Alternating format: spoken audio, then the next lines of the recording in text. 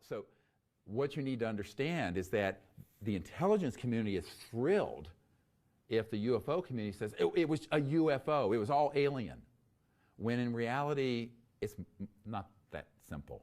It's both. Some of it's ET, some of it's man-made. Some of it's both. And the Cash Landrum crash case was both. So this understanding is key. Otherwise, everyone's going to assume anything that we don't understand that zips around is extraterrestrial. Moreover, anything that would come over and do an Independence Day attack, boom, is extraterrestrial, when it isn't. It is not. It is absolutely not. It's all a lie. It's the biggest hoax in human history, and you've got to wake up to this. Now, here's another object that's been seen. Very unusual, very detailed, excellent rendition that Mr. Schrad has done. Man-made, very advanced. I suspect would deceive almost everyone who saw it.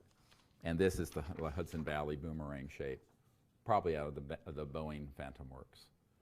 And tens of thousands of people saw this, by the way. The ones who were close enough to it could see actually the structure and the girds and the struts and the infrastructure of the craft. Well, interstellar vehicles don't have that. So here's a little tip. The ET objects are seamless, have no parts like that, and have a completely different quality to them because they are interstellar and transdimensional. Because they go beyond the speed of light and they are manufactured in a way that is completely different. So listen very carefully because I'm going to blow your minds, if I haven't already. And I know this is a lot of information in an hour. But listen carefully. Your life will depend on it, and those folks in Washington and Moscow listening, listen very carefully. Interstellar vehicles do not manufacture the way we do. So like if you're going to make one of these, you're going to dig up the materials, put it through a mold, rivet it together, have plates and struts and parts, right? But it's got a power plant on it that's electromagnetic-gravitic, mass cancellation, it floats, it's silent, looks and sounds like a UFO, and it could be a saucer, it could be any shape. They can make them in any shape. An interstellar vehicle is not manufactured that way.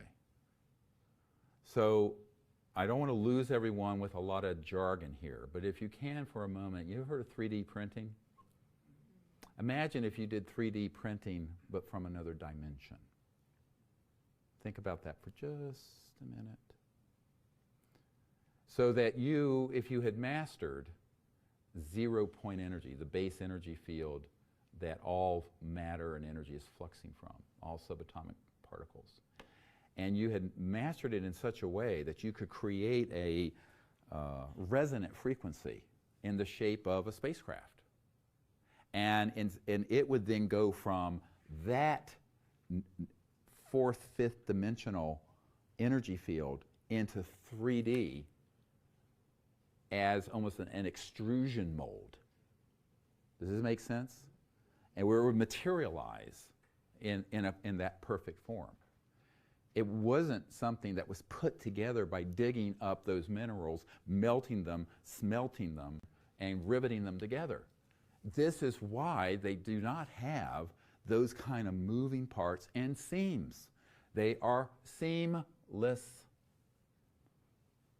Very important data point for those of you who will have a close encounter with a man-made object versus a close encounter with an extraterrestrial object.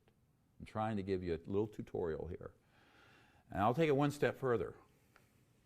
When they have retrieved extraterrestrial objects and they've done the assays, the metallurgical studies and atomic studies, the material is so pure that even in the vacuum of space, we could not create it with any known human technologies because it's being created transdimensionally using these sort of electronic fields that cause matter to be aggregated, if you will, out of thin air, out of space. Because everything, space is not empty. The majority of the cosmos, black energy, black, dark matter, et cetera, and so on, you can aggregate the subatomic, atomic, and molecular structure for any element, or any matter, or any complex molecule, and materialize it. Does this make sense? It is a known science in the very high end of the intelligence community. Now we're talking about something which the guys I know at the CIA call WSFM, weird science and frickin' magic. That is what they call it. Now, my uncle worked for Northrop Grumman on the lunar module, landed on the moon, and I talked to an engineer there not long ago, and he said, yes, we just call it PFM. And excuse my language, pure fucking magic. And he says that's what they call it. He was an aerospace engineer. And so when you begin to deal with these sort of very advanced technologies, there are grades of it. So there's man-made anti-grav, there's man-made anti-gravity systems that have been hybridized, studying extraterrestrial materials, notch up. Weird science and frickin' magic. That was just a little clip from a presentation by Dr. Stephen Greer that I've been watching recently. It's titled The Cosmic False Flag. The title itself was pretty intriguing, and I'm sure many of you have been seeing it. He's kind of been popping up a lot lately on YouTube.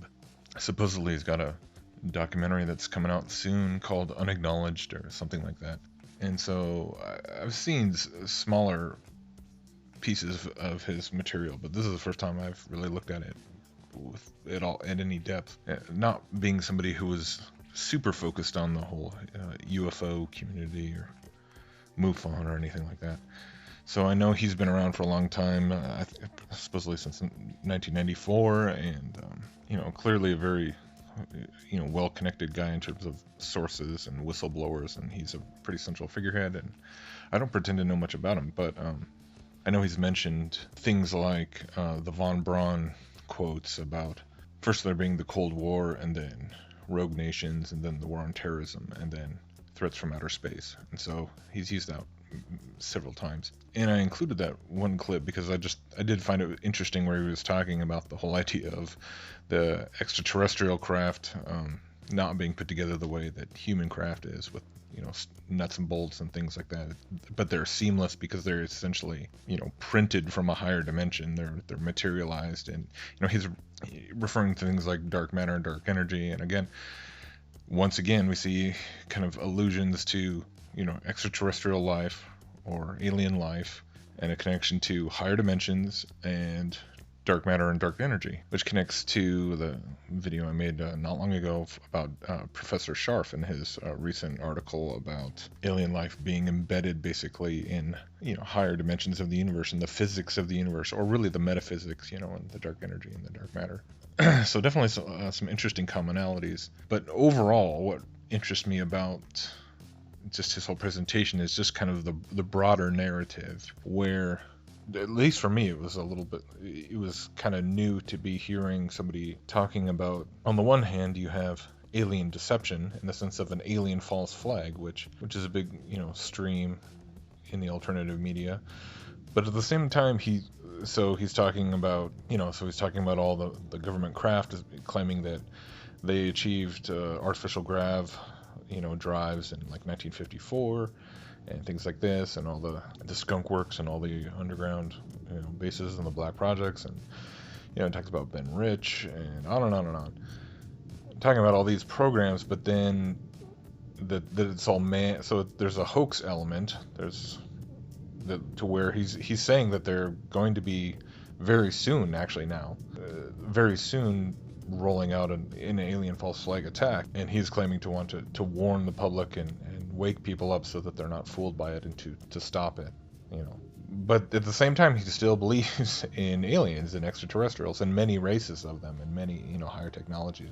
So it's an interesting narrative because it sort of incorporates these two things, which he's, seemingly dead serious. And I don't know, maybe people would say that he's himself a controlled opposition kind of figure, and that could be, but at the same time he could be completely sincere in believing in this theory, and then but it still serves the purposes of the ultimate deception, which of course from a biblical point of view, when we're looking at these things in spiritual terms, there are no quote-unquote aliens. There are spiritual beings, spiritual entities, higher dimensional entities, fallen angels, demons, and the whole. So that's why this is interesting, of course, is because it ties into, okay, on the one hand you're basically demonizing this, the New World Order. He doesn't use that term, but the human powers that have in various ways achieved very, very comparable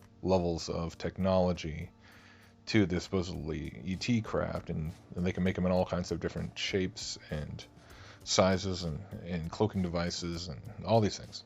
But at the same time that there's a different, and sometimes they're like composites of like even using alien material and things that have been reverse engineered or things that have just been straight up borrowed, and it's a pretty complex paradigm, or whatever you want to call it, explanation. But in reality, because he still believes in extraterrestrials, at the end of the day, that's, the deception is still in place, and in such a way to where now it would make much more, it would seem to be kind of presenting the kind of scenario where the quote-unquote real aliens are positioned to be the good guys, the saviors, the ones who could potentially come in and intervene if the human forces posing as aliens, do commit some false flag attack. It's really weird how it kind of plays back into the same old alien savior meme. It feeds off of both the alien invasion propaganda, alien invasion meme, and the alien savior meme, which have always been kind of going on simultaneously, through science fiction over the whole, last century. And I've always kind of had this idea that they would both somehow be incorporated. You'd have the good aliens and the bad aliens, right? But if the quote-unquote bad aliens are eventually revealed to not be aliens at all, and they are the elites, the New World Order, posing as aliens and posing as UFOs, and somehow that was eventually, I mean, what a crazy, there's just all kinds of really, really interesting possibilities that really do fit quite perfectly into what Bible prophecy tells us about the Antichrist figure being a savior who's embraced by the entire world. And maybe he's a man, maybe he's a transhuman, maybe he's an alien, who knows. But I just after watching this, it did seem like something worth noting and paying attention to as sort of a very possible kind of adjustment to the script, or maybe this is part of the script all along, but a development either way, especially this is happening in the context of all the WikiLeaks stuff, the emails, and all the disclosure buzz that's going on. It's definitely, there's this big push for disclosure and this big push to out the elites and their fake alien technology. And of course, that's just all another layer of the deception. I mean, it is funny to hear him talking about things like the seamless UFOs of the extraterrestrials, that have been materialized out of thin air, quote unquote, and how they can just, they're not mechanical in the classical sense. And it reminds me of when seeing Disney's Flight of the Navigator as a kid, and the morphing seamless spaceship, and how NASA couldn't even penetrate it and get inside because it was this pure alien alloy, and it was just impossible to penetrate. And I mean, this really isn't anything new that hasn't already been pushed by the mainstream media. So it just reminded me of this. So I got a kick out of that.